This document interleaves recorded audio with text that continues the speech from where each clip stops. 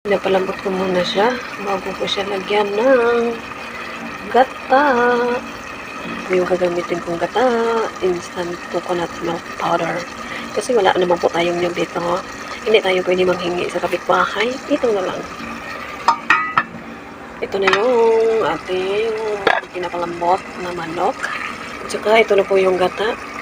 Tinunaw ko siya sa tubig. O ayan, ibubusin natin pat.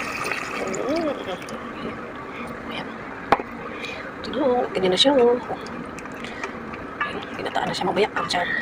Ito yung yummy.